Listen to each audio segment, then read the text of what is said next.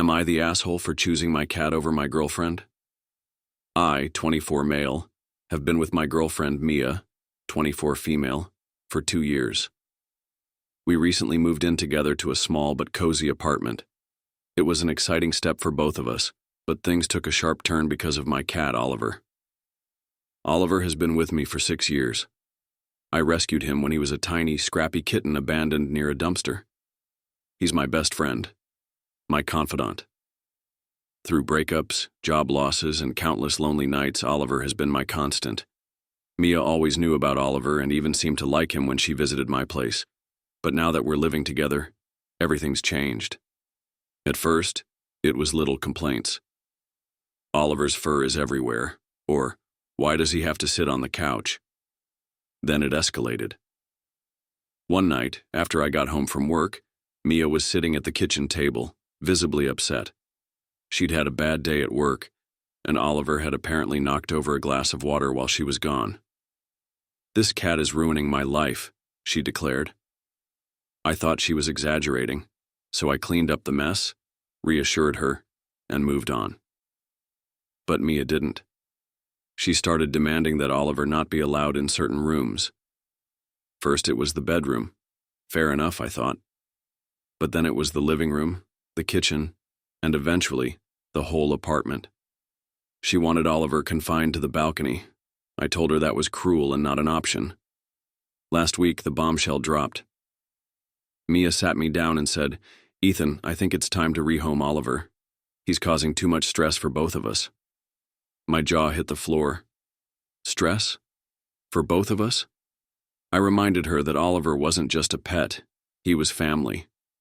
Mia shot back with, "I'm your family now. Don't I matter more than a cat?" The conversation spiraled from there. She accused me of prioritizing an animal over our relationship, and I accused her of being heartless. Things got heated, and she stormed out, saying she'd spend the night at her friend's place. When she came back the next day, she doubled down. She'd already found a lovely woman through her coworker who would take Oliver. "It's not like he'll be homeless," she argued. I told her in no uncertain terms that rehoming Oliver was not up for discussion. She called me selfish, saying I was choosing a cat over us. I countered that asking me to give up Oliver was like asking her to give up a sibling. She rolled her eyes and said, "It's not the same." To make matters worse, Mia has started passive-aggressively letting Oliver out of the bedroom where I've been keeping him while we're at work. I came home last night to find him on the balcony in the freezing cold. When I confronted her, she said, "See? He's fine outside." I told her that if she couldn't respect Oliver, we had a bigger problem than I thought. She called me dramatic and said I was being unreasonable. Then, the unthinkable happened.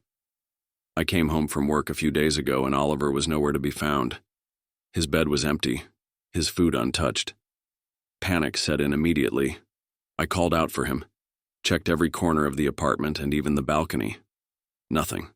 I turned to Mia, who was sitting on the couch scrolling through her phone, and asked her where Oliver was.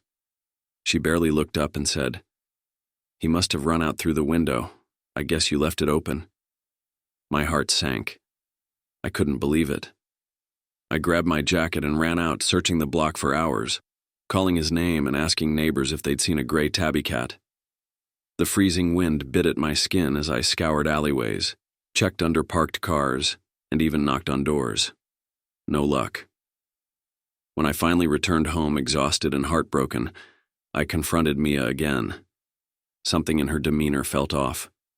Her calm indifference didn't match the gravity of the situation. I pressed her, demanding the truth.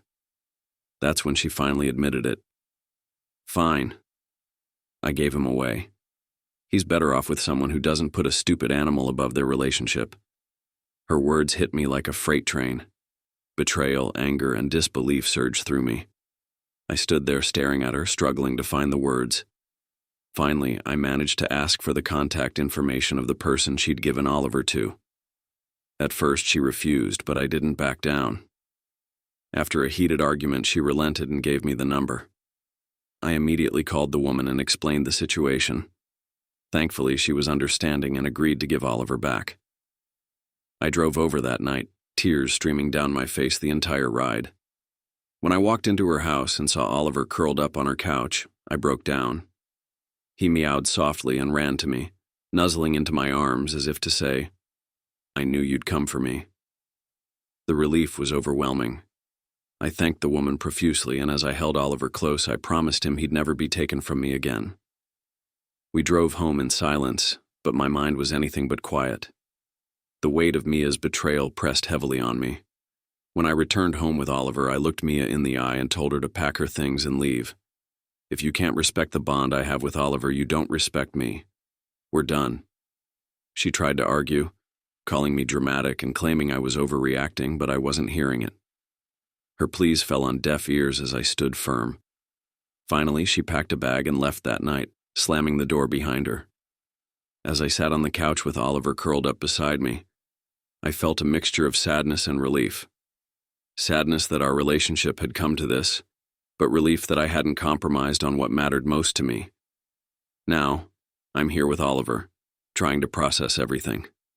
Some of my friends think I overreacted, while others say I did the right thing. So, am I the asshole for choosing my cat over my girlfriend?